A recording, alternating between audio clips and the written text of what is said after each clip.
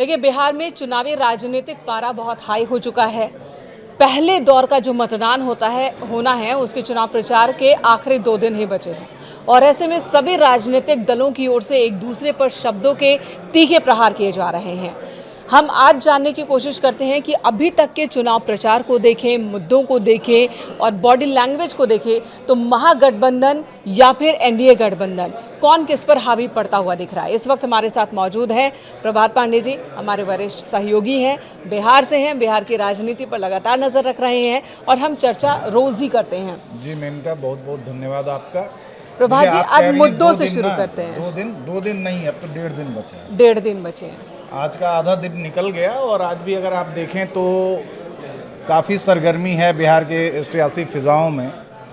इस सरगर्मी में एक चीज़ अच्छी ये दिख रही है इस बार कि हिंदू मुस्लिम, मंदिर मस्जिद, अली बजरंगबली, इन सब के से इतर मुद्दों की बात हो रही है। विकास वर्सेस बदलाव, ये मुद्दे चलते दिख रहे हैं। जहां एनडीए का कुनबा जो है वो विकास की बात कर रहा है, तो महागठबंधन का कुनबा बदलाव के लिए अपने नारे बुलंद कर रहा है। वो तमाम तरह के लॉजिक्स दे रहे हैं। जनता इसी में कंफ्यूज है। बिहार की राजनीति के लिए ऐतिहासिक आप कह रहे हैं कि नतीजे जिधर भी हो ऐतिहासिक हो सकते हैं। बिल्कुल, मुझे लग रहा है कि आप अगर बिहार के पिछले 4-5 चुनाव को उठाकर देखें तो हमेशा मतलब ये वाली जो सिचुएशन है ना, ये 2005 में एक बार आई थी जब बदलाव वर्सेस विकास की बात हो रही थी। उस समय बदलाव की बात एनडीए की तरफ से की जा रही थी कि बदलाव चाहिए, जंगल राज से मुक्ति चाहिए, जो परिवार का शासन 15 साल से चला आ रहा है उससे मुक्ति चाहिए। तो बिहार की जनता ने एनडीए पे भरोसा जताया था और बदलाव का एक सकारात्मक रुझान दिया, जिसके बाद नीतीश जी 20 साल से काबिज हैं। तो वैसे ही इस बार भी विकास वर्सेस बदलाव, इस बार बदलाव का नारा जो है वो दूसरे खेमे में, महागठबंधन में है और विकास के दावे इधर से हो रहे हैं कि हमने काम किया है और तेज काम करेंगे। कुछ और मुद्दों की भी बात करूंगी मैं आपसे, जैसे कि कल पटना में प्रधानमंत्री नरेंद्र मोदी की जनसभा थी, रैली थी और रोड शो था। लेकिन इस रोड शो में नीतीश जी नहीं दिखे। कुछ लोग कह रहे हैं कि उनकी नाराजगी है, कुछ खटपट है क्या? इनका जितनी मुंह उतनी बातें। और आज की तारीख में जहां सोशल मीडिया भी एक मेन स्ट्रीम मीडिया की भूमिका निभा रहा है, वैसे में तमाम तरह के इफ़ एंड बट, लॉजिक्स और तर्क दिए जा रहे हैं। कुछ लोग जरूर कुछ लोग कह रहे हैं कि भाई नीतीश नाराज़ हैं, वो प्रधानमंत्री के साथ मंच साझा करना नहीं चाह रहे हैं। दोनों ही बातें हो रही है, इधर से भी हो रहा है कि बुलाया नहीं। दूसरा ये है कि भाई प्रधानमंत्री का रोड शो था, पटना शहर में था, उस सीट पे था जहां बीजेपी का कैंडिडेट है। ऐसे में जेडीयू के नेता के तौर पे, एक मुख्यमंत्री के तौर पे नीतीश जी की कोई भूमिका नजर नहीं आ रही। उनकी ऑलरेडी टाइट शेड्यूल है तो उनको वहां पर टाइट शेड्यूल है। आप अगर नीतीश को देखें तो विपक्ष उनपे, उनकी सेहत को लेकर तमाम अफवाह भ्रांतियां फैला रहा है। लेकिन आप देख लीजिए कि नीतीश एक दिन में 6-6, 7-7 रैलियां कर रहे हैं। मौसम खराब होने के बावजूद वो अपनी गाड़ी से, मतलब बाई रोड ट्रैवल करके एक जगह से दूसरी जगह पहुंच रहे हैं। और ऐसे में इस टाइट शेड्यूल में उनकी रैली करना और उसके बाद अगले दिन के लिए फिर से तैयार होना, ये नहीं कि एक दिन रैली की 2 दिन आराम किया, नहीं। जबकि आप अगर महागठबंधन में देखें तो एक वीडियो काफ़ी वायरल हो रहा है कि तेजस्वी जो है बरौनी की जनसभा को फ़ोन पे संबोधित कर रहे हैं, अपनी कार में बैठे हुए हैं, वो पटना में हैं। लॉजिक ये दिया गया महागठबंधन की तरफ से, आरजेडी की तरफ से, कि भाई मौसम खराब था, चॉपर उड़ नहीं पाया पटना से, इसलिए वो फ़ोन पे संबोधित कर रहे हैं। हाँ। उसके पीछे एक दूसरा लॉजिक भी है। कुछ लोग ये तर्क दे रहे हैं कि तेजस्वी की रैलियों में भीड़ नहीं उमड़ रही है और इसलिए तेजस्वी जाना नहीं चाह रहे हैं, कि तेजस्वी जाएंगे, वहाँ मीडिया के कैमरे होंगे, तमाम वीडियोज़ वायरल किए जाएंगे, मीम्स बनेंगे। तो ये एक वो दिख रहा है। लेकिन इन सब के बावजूद इसी खराब मौसम और बारिश के बीच नीतीश एक जगह से दूसरी जगह बाई रोड ट्रैवल कर रहे हैं, रैली कर रहे हैं और लोगों से कनेक्ट कर रहे हैं, अपनी बातें रख रहे हैं। ललन सिंह तो थे साथ में। बिल्कुल, ललन सिंह थे, जेडीयू का रिप्रेजेंटेशन था। आप ऐसा नहीं कह सकते कि ऑल इज नॉट वेल। और कुछ हलकों की बातें देख के और सोशल मीडिया की कुछ कंटेंट देख के ये लग रहा है कि ऑल इज वेल, ये भी आप नहीं कह सकते। जी ये दोनों तरह की बातें हैं और जनता इसी में कंफ्यूज हो जी। गई है। अब चुनाव प्रचार की बात कर लेते हैं। जैसे कि जी। आपने खुद बताया कि नीतीश जी एक दिन में 6 रैलियां कर रहे हैं। बिल्कुल। दूसरी तरफ प्रधानमंत्री नरेंद्र मोदी की कई दौर के वहां पर चुनावी कार्यक्रम हो चुके हैं, अभी और प्रस्तावित है।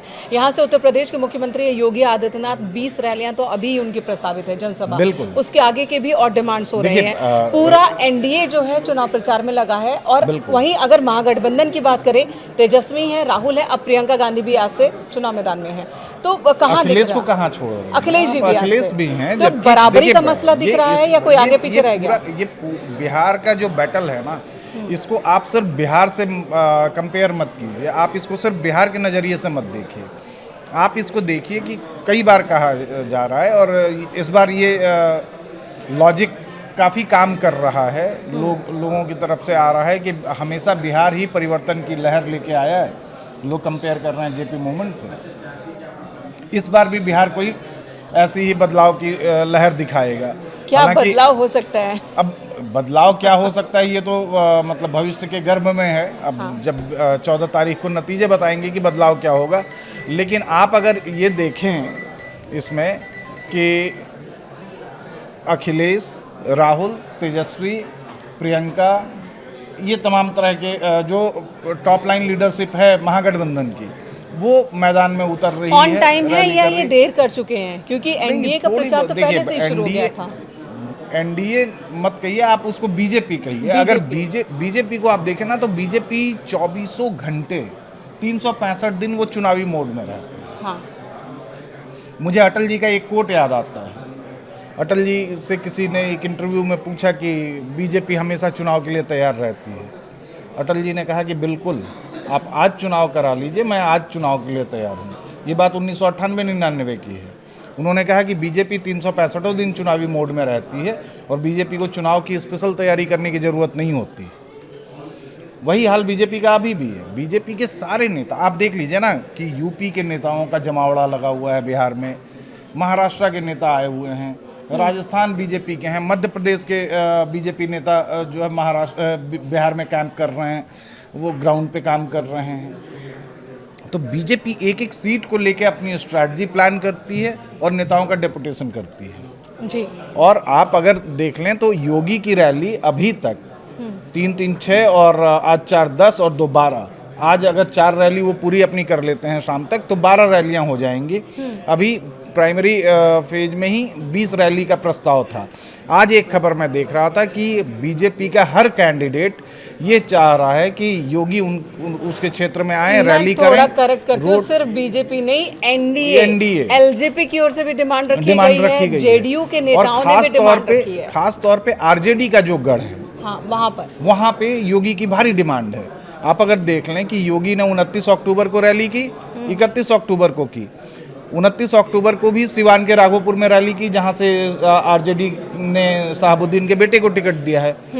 31 तारीख को फिर सिवान की ही एक दूसरी विधानसभा पे रैली की। आज अभी जो रैली उनकी गड़खा में प्रस्तावित थी है, अभी तीसरी रैली है गड़खा की। दरभंगा, गरखा, भोजपुरी हो या मिथिलांचल हो, पूरे बेल्ट में, हर बेल्ट में योगी की डिमांड है। गरखा सिवान और छपरा का लगता हुआ बॉर्डर है। आप गरखा से 4-5 किलोमीटर इधर आएंगे वो सिवान है, गरखा खुद छपरा सारण जिले में है। आरजेडी का गढ़ भोजपुरी लैंड, भोजपुरी भाषी क्षेत्र आरजेडी। सारण कभी आरजेडी का गढ़ माना जाता था, लालू वहाँ से सांसद रहे हैं, अभी बीजेपी के पास वो सीट है।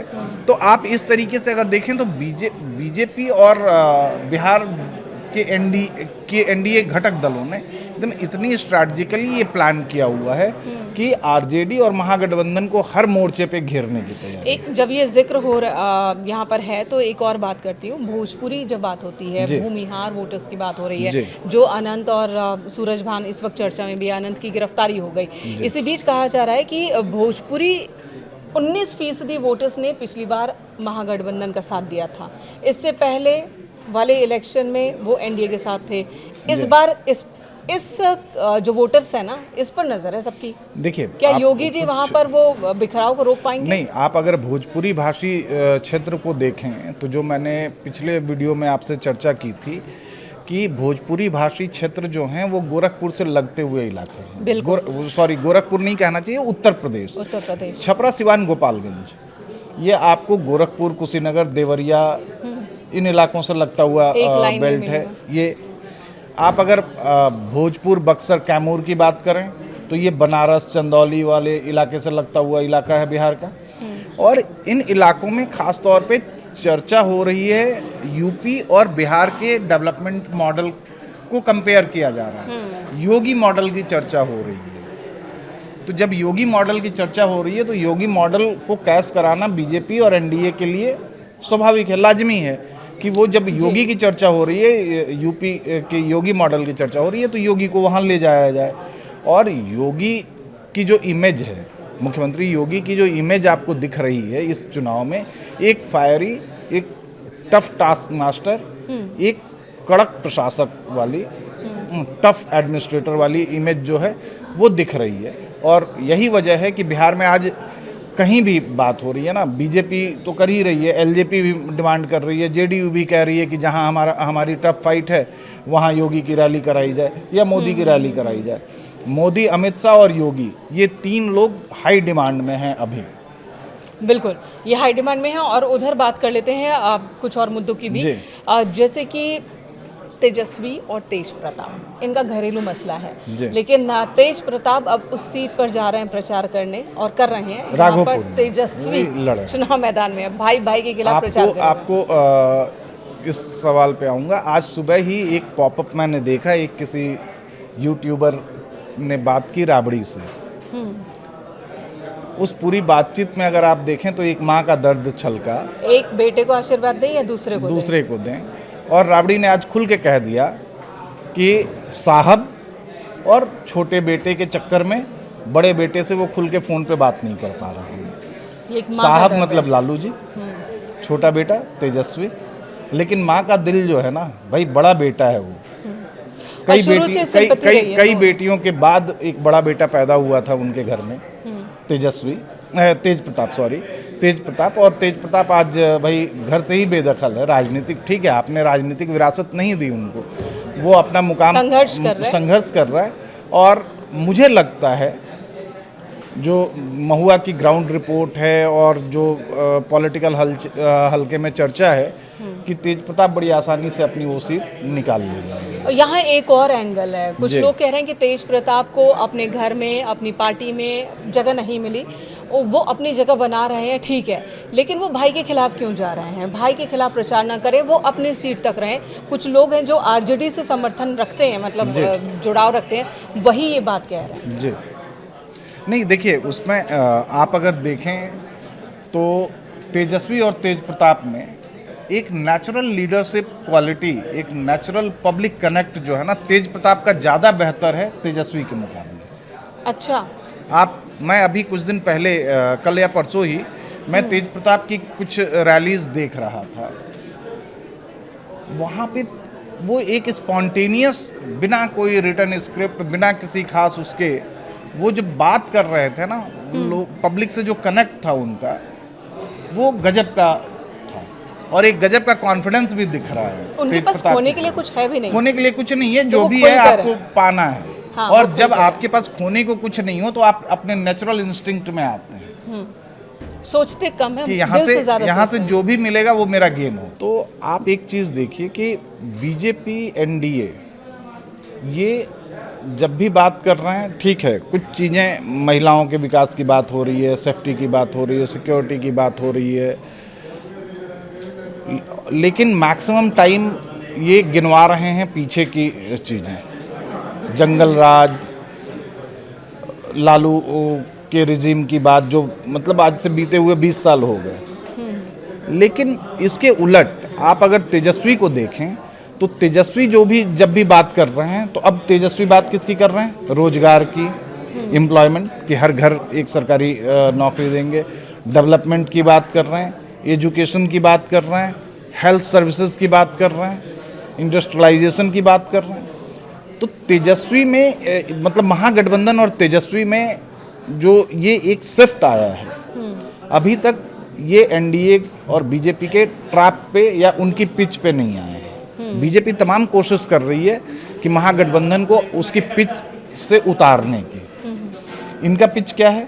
ये शुरू में कोशिश की गई, एसआईआर कोशिश का की मुद्दा गई, हो बिल्कुल। या फिर बुरकों वाला मुद्दा हो, तुष्टिकरण बिल्कुल। की कोशिश की गई, लेकिन कह सकते हैं कि बीजेपी ने जो पलटवार किया तो उन मुद्दों को छोड़कर ये विकास अब के, डेवलपमेंट के मुद्दे पे आ गया। रोजगार तो के मुद्दे ये पर आ एक गया। बहुत जो वायदे इन्होंने लंबे पिछले चुनाव टाइम में चले थे और सफलता भी मिली थी। लंबे टाइम के बाद ये चर्चा हो रही है कि बिहार का चुनाव इस बार बिना मंदिर मस्जिद हिंदू मुसलमान किए, मतलब मुद्दों की बात हो रही है, जो बिना जमीनी जाति, मुद्दे बिना हैं, भूरा बाल और बिना भूरा बाल, बिना परवल, इन सब की बात हो रही है।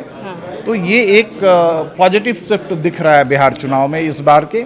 हालांकि अब इस पॉजिटिव शिफ्ट से वोट पे और वोटिंग पैटर्न पे क्या असर पड़ेगा ये देखना होगा। इसके लिए तो भाई इंतजार अब करना होगा, 6 लेकिन तारीख को अगर पहला ऐसा फेज होता है। है तो वाकई ये ऐतिहासिक हो जाएगा, बिल्कुल। बिहार के चुनावी इतिहास बिल्कुल। में दर्ज हो जाएगा ये। बहुत बहुत धन्यवाद आपका प्रभात Thank जी you, इस मेनका। चर्चा के लिए। तो देखिए अभी चुनाव प्रचार का 1.5 दिन का लगभग वक्त बाकी है पहले फेज के वोटिंग के लिए, और इस दौरान आपको बहुत कुछ सुनने को मिलेगा और जो राजनीतिक पारा है अभी और चढ़ने वाला है बिहार में। Thank you.